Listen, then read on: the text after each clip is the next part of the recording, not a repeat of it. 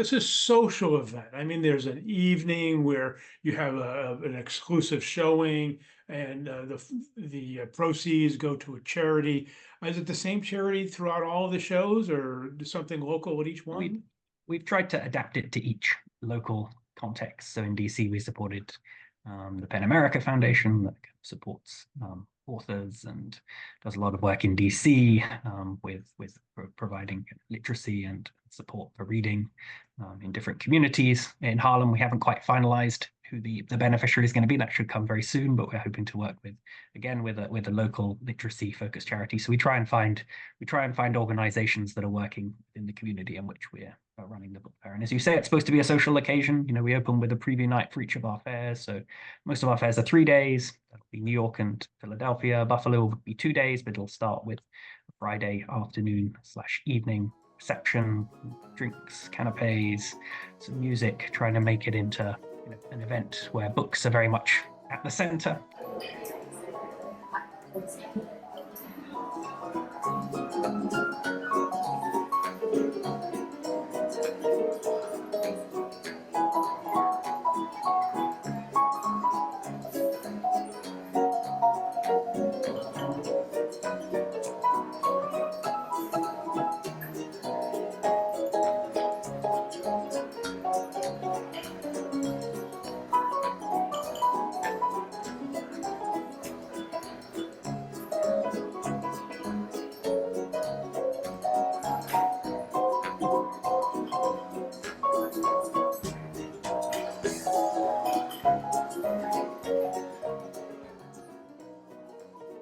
Hey, everybody, and welcome back to another edition of the Rare Book Cafe, the Book Lovers Rendezvous.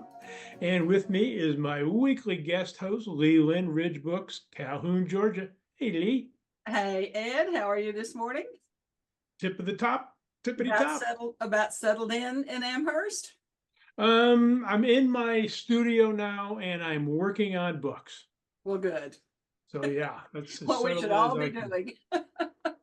Well, we're delighted to have with us this morning Edward Lemon of Fine Book Fairs. He and his wife Eve have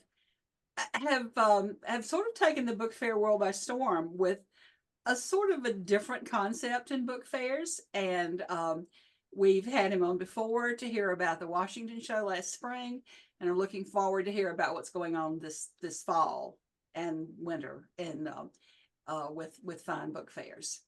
So welcome. How many cities are you in now, Edward?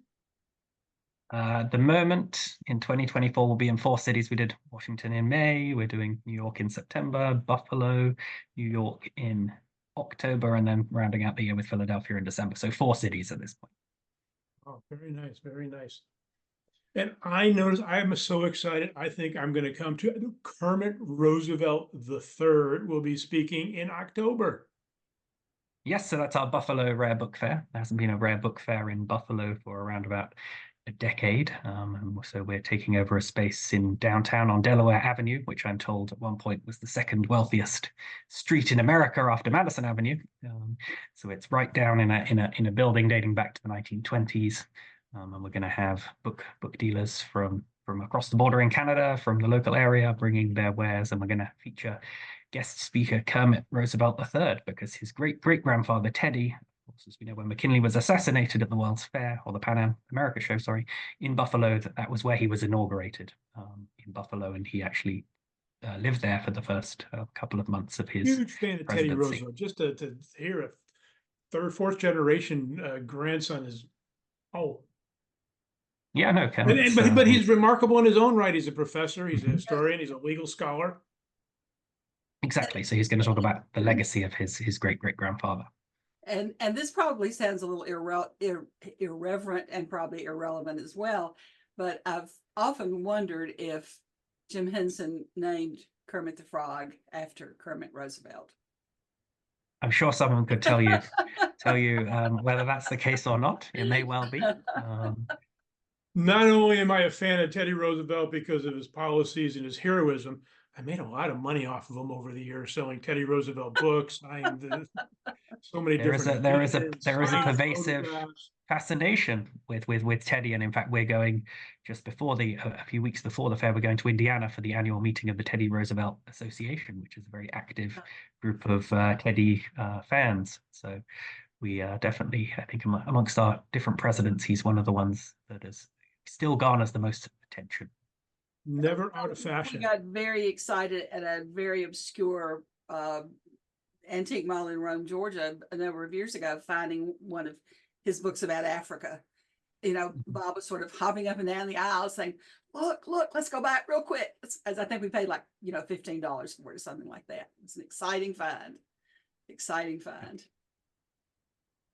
Now, the fair that you have coming up in New York, Edward, wow, that's a who's who of dealers out there. I mean, to get Seth Keller out of the office to go to a book fair, you must have, you're charmed. No, definitely. We're going to have around 30 different booksellers. Again, quite a lot of international booksellers, Peter Harrington and various other dealers coming over from Europe, and then various prominent and other dealers from across the United States as well. So it's hopefully going to have a good range of different materials, prints, ephemera, not just books, and historic documents, of course, being brought by Seth in particular. So we're going to have some really a wide range of material available at that fair. Well, we would love to see you coming south. We don't have a book fair in Atlanta anymore, but we have lovely locales, Cherokee Drive in Charleston. Atlanta History Center. Charleston must have some great structures for a book fair. Yeah, we've talked about Charleston. Eve's mother is in Atlanta, so we do come down. We're coming down to Atlanta next week, in fact. So we know Atlanta very well. She herself is a book collector. And that's kind of how Eve got into book collecting. So she's nagging us for a book fair in Atlanta as well. So we're exploring Now, new possibilities. Edward, it's not just a book fair; it's a book event. It's also a social event. I mean, there's an evening where you have an exclusive showing, and the proceeds go to a charity. Is it the same charity throughout all the shows, or something local at each one? We've tried to adapt it to each local context. So in DC, we supported the PEN America Foundation that supports authors and does a lot of work in DC with providing literacy and support for reading in different communities. In Harlem, we haven't quite finalized who the beneficiary is going to be. That should come very soon, but we're hoping to work with a local literacy focused charity. So we try and find organizations that are working in the community in which we're running the book fair. And as you say, it's supposed to be a social occasion. We open with a preview night for each of our fairs. So most of our fairs are 3 days. That'll be New York and Philadelphia. Buffalo will be 2 days, but it'll start with a Friday afternoon/evening reception, drinks, canapes, some music, trying to make it into an event where books are very much at the center, and the other materials, but also a kind of fun social experience that's welcoming, especially for a younger generation of collectors. One of the things many people don't know about you, I hope you'll share something. I mean, you are a scholar on the Eastern Europe and Asia. Care to make any comments about the situation of the world? Well, let's see. How long do we have? I mean, I teach a class right now. I started last night teaching a class on Russian foreign policy. So there's certainly a lot to be said about Russia's role in the world. And so certainly that's my main job. Whereas this is my side hustle, although it's Eve's full-time job. I certainly like collecting books and materials and ephemera related to the broader region, although most of our library is taken over by Eve's obsession with literary firsts. That's most of the books you'll see behind me. But yes, that's definitely. Last time you were on, you told us that the very first book you bought her was Anne of Green Gables, was it? Yeah. Well, we definitely have a Montgomery collection. We went on a honeymoon to Prince Edward Island. We've collected Montgomery for a while now. It wasn't probably the first book that I bought. But have you bought her anything lately? What did we buy lately? We're on because now we have so many fairs and we're so busy organizing fairs, we have less time to be buying books. We're also putting all our resources into those events. She picked up actually something arrived from London yesterday that I picked up in the mail, and that's I think it's a Joseph Conrad first edition of Miro of the Sea, I think. She may correct me that she's just ordered to upgrade our current copy. So yes, things do trickle in the mail, often without my knowledge, and I go pick them up and I wonder what Eve's ordered. But haven't bought her anything big for a while. But it is our anniversary coming up, so maybe. Well, maybe you'll find something at one of your own fairs. We may well, exactly, because our anniversary is a week before Philadelphia, but comes after New York and Buffalo. So how has attendance been, from the customer standpoint? I think we've always had very robust attendance at our fairs. We closed out DC with, I think, between 1,500 or so people came over the course of the weekend, maybe a few more.